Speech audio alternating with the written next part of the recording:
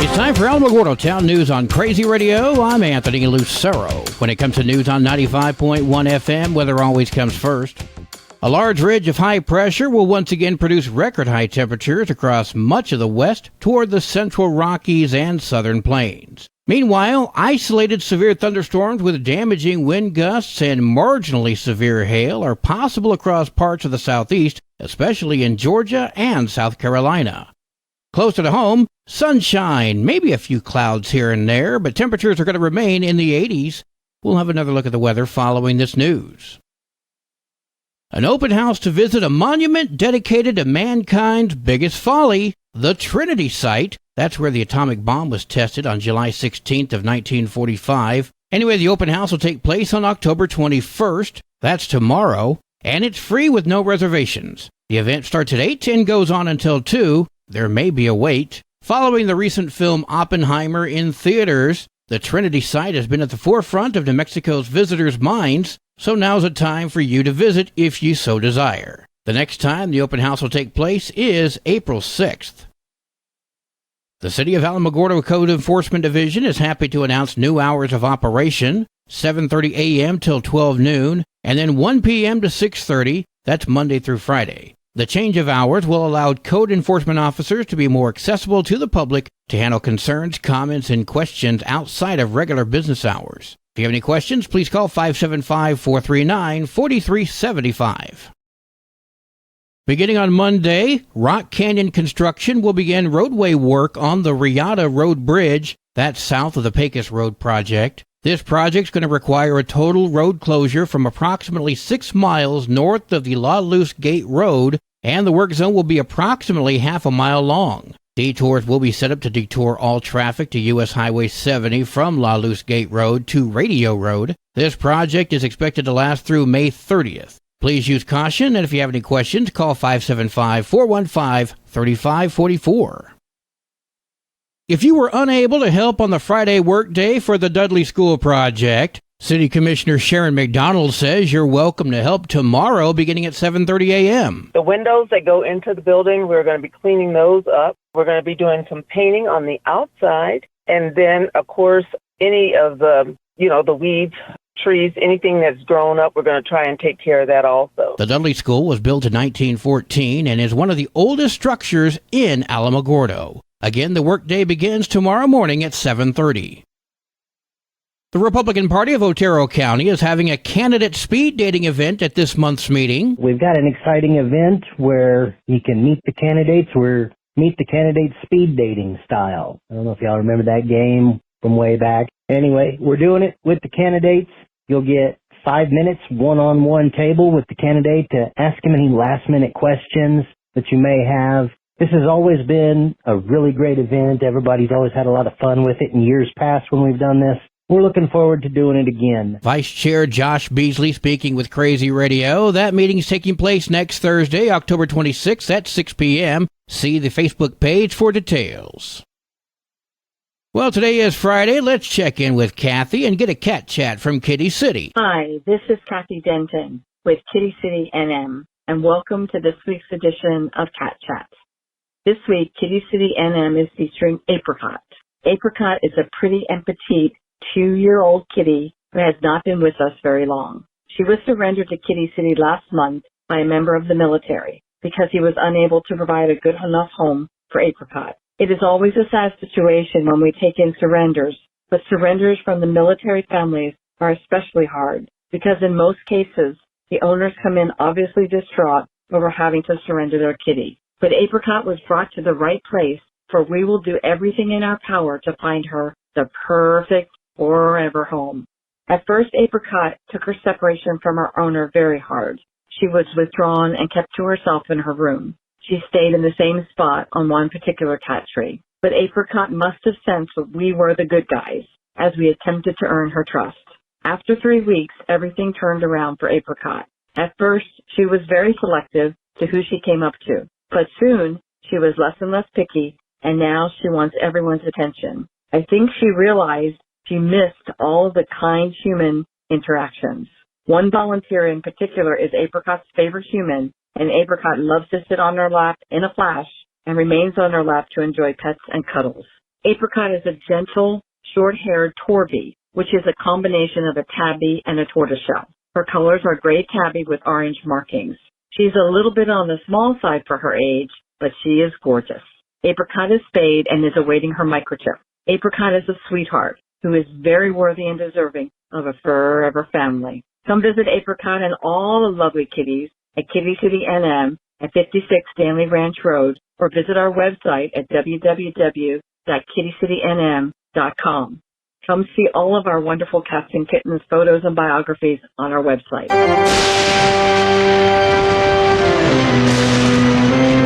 Happy Meoween! Tomorrow, Saturday, October 21, and next Saturday, October 28, Kitty City will be at the White Sands Mall from 10 a.m. to 4 p.m. for our adoption event. Come and see our adorable cats and kittens and find your forever friend. Our October special, Adopt the First Cat for Full Price, Get the Second Cat for Half Price, will continue the next 2 Saturdays. Kitty City will also feature dogs for adoption from Alamogordo Animal Control. Come visit us at the White Sands Mall tomorrow, Saturday, October 21, and Saturday, October 28 for the Kitty City Meoween adoption event. This has been this week's edition of Cat Chat. I'm Kathy Denton, and we will talk to you again next week from Kitty City NM. Kitty City and you, no one loves them better. News from around the state in just a moment. This is Alamogordo Town News on Crazy Radio. I'm Anthony Lucero. AlamogordoTownNews.com is a locally owned website featuring local news matters from a local perspective that affects you, and we bring it to you directly. Plus, local sports, cultural arts, and events. Online, AlamogordoTownNews.com. Owned and operated by Second Life Media. We are Otero County. Directory Plus is the right size book. It's the book if you need a phone book. That's what just one person has to say about Directory Plus. With its red cover, features, colorful yellow pages, and lots more, it's no wonder people all over use Directory Plus. It has so much more information. You can cross-check phone numbers or addresses or pretty much anything. Look on the plus side, Directory Plus. I'm a big fan of Directory Plus. A New Mexico family is getting a large sum of money after suing the state over icy roads, which played a part in a deadly crash that killed 22-year-old Brent James Horner 4 years ago. The state is settling that lawsuit following claims that NMDOT was negligent by not maintaining the highway. Horner lost control of his SUV along an icy stretch of I-25 about 30 miles north of Las Vegas. Horner died after crashing into a guardrail and rolling down a 30-foot embankment. Horner's family filed a lawsuit back in 2021 claiming the highway had not been cleared, de-iced, or salted, and pointing out that's the responsibility of the NMDOT to maintain safe roads. And in this particular case, it was pretty clear to us that this could have easily been avoided had they just followed their own policies and procedures and been out there in advance of the storm that was impending. Attorney David Halliston speaking with KRQE. Nearly 4 years after the crash, the state has settled the case, agreeing to pay $250,000 to Horner's family. They hope the lawsuit in part will motivate the NMDOT to take preventative action in the future. A New Mexico County official is the subject of a recall petition following controversy over a Spanish conquistador statue.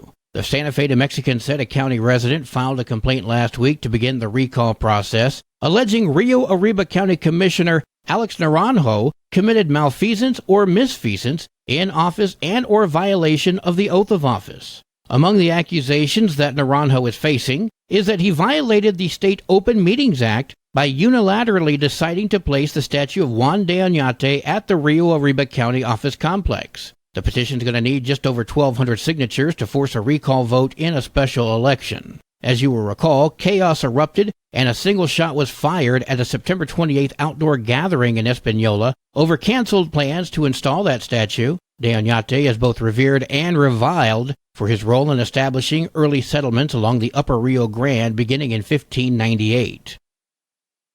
Many New Mexicans are still trying to rebuild following the Hermit's Peak Calf Canyon fire, the largest wildfire in New Mexico history. But some say the federal government, which is responsible for starting that fire, needs to do more to help victims recover. Now they're taking the feds to court. In September of 2022, Congress and the President approved $3.95 billion for compensation to people impacted by that fire. However, some victims say that's just not enough. Now they're taking FEMA to court in a federal lawsuit. Brian Colon, who was representing some of the plaintiffs, spoke with KRQE. The people who've been injured by the negligence of the federal government deserve full compensation. And at this point, we're saying enough's enough. They've not distributed the funds to the people who've been damaged, and they're not recognizing the full damages of those folks. In the lawsuit, it is claimed that FEMA is only offering compensation for property and structural damage and not for non-economic damage, such as the emotional toll that victims experienced. The lawsuit cites damages like interference with personal comfort, annoyance, and inconvenience. Under the law that was passed by Congress, they said that they were supposed to compensate victims under New Mexico law. New Mexico law provides for those folks to be compensated for their inconvenience and for what they went through, the trauma they suffered as a result of the federal government's negligence. New Mexico law is clear. These victims of the Hermit's Peak Calf Canyon fire deserve to be compensated fully. We're going to work every day until that happens. To date, FEMA has distributed only $95 million of that $3.95 billion. The state is taking measures to identify opioids possibly polluting sewage water around public schools. What we're doing here is taking our expertise and applying it to something that is so topical, fentanyl, and looking for that chemical, that illicit drug, in the wastewater. Mexico Environmental Department Secretary James Kenney speaking with KOAT. The Environment Department will be focusing on a few key areas in order to do this: Albuquerque, Rio Rancho, and Bernalillo. Kenney says it's crucial to understand the impact of fentanyl and other opioids near public schools. Officials will use the data collected over time to understand what steps they need to take to keep fentanyl and other opioids away from schools. The department's going to spend about $600,000 on this program. Testing can determine the amount of opioids in the wastewater, and Kenney said it can tell if someone flushed the drugs down the toilet or if they were actually taken. The Human Services Department says benefits for Medicaid have been unwinding, and with New Mexico having the highest population of people on Medicaid in the U.S., they say it's important for people to renew their benefits for Medicaid and SNAP. Our job at the Human Services Department and the Healthcare Authority is to support them, and so that's our primary focus. Cabinet Secretary Delegate for the Human Services Department, Carrie Armijo, speaking with KOAT. This is the number one priority of our agency right now, is really protecting our customers and making sure they know what they need to do during this time frame. Over 900,000 people are using services to deal with struggles such as poverty and food insecurity. Armijo says that many of her staff are pointing out their website, yes.state.nm.us, with additional resources to sign up. People who have Medicaid or SNAP benefits will need to update their personal information in order to renew those benefits, but also pay attention to your mail and look for a turquoise envelope. That's part of a 3-step process for people to renew. Customers have 75 days to renew those benefits. Sports and weather are next. This is Alamogordo Town News on Crazy Radio. I'm Anthony Lucero. They are role models and educators. Their work requires a great deal of time and energy for very little pay. Who are these unsung heroes? Thanks, Coach. Thanks, Coach. The simple truth about education-based athletics in New Mexico is this: without a committed team of coaches and administrators, they just wouldn't be possible. School sports, they bring out the best in all of us. This message presented by the New Mexico Activities Association and the New Mexico Athletic Directors Association. There are 9 matches for New Mexico volleyball today, including Carrizozo at Mountain Air. Also, Friday night lights are going to shine bright tonight as 42 games are happening for New Mexico football, including Lordsburg at Mesilla Valley Christian, Texaco at Jal, Dora at Gateway, Grady at Hondo, Socorro at Hatch, Mayfield at number 1 Roswell. Go Coyotes! I'm sorry, you can take the boy out of Roswell, but never take the Roswell out of the boy. Capitan heads to Mescalero. Estancia comes to Tularosa. Wow! Go Wildcats! Centennial comes to Alamogordo. Go Tigers! Your Crazy Radio spot-on weather forecast for the Tularosa Basin today calls for sunny skies. Mostly cloudy tonight, partly sunny tomorrow. Your high today in the basin, 86. Low tonight of 61. High tomorrow, 85 degrees. In Cloudcroft, increasing cloudiness today. Mostly cloudy tonight, partly sunny tomorrow. Your high today for Cloudcroft, 67. Low tonight of 46. High tomorrow, 67 degrees. Local breaking news can be found on our website, alamogordotownnews.com, and learn more about Crazy Radio by visiting kalhradio.org. We've also launched the Crazy KALH Radio YouTube channel, which features our daily newscasts, complete interviews, and other information which concerns everyone in the Tularosa Basin. That concludes today's edition of Alamogordo Town News on Crazy Radio. I'm Anthony Lucero.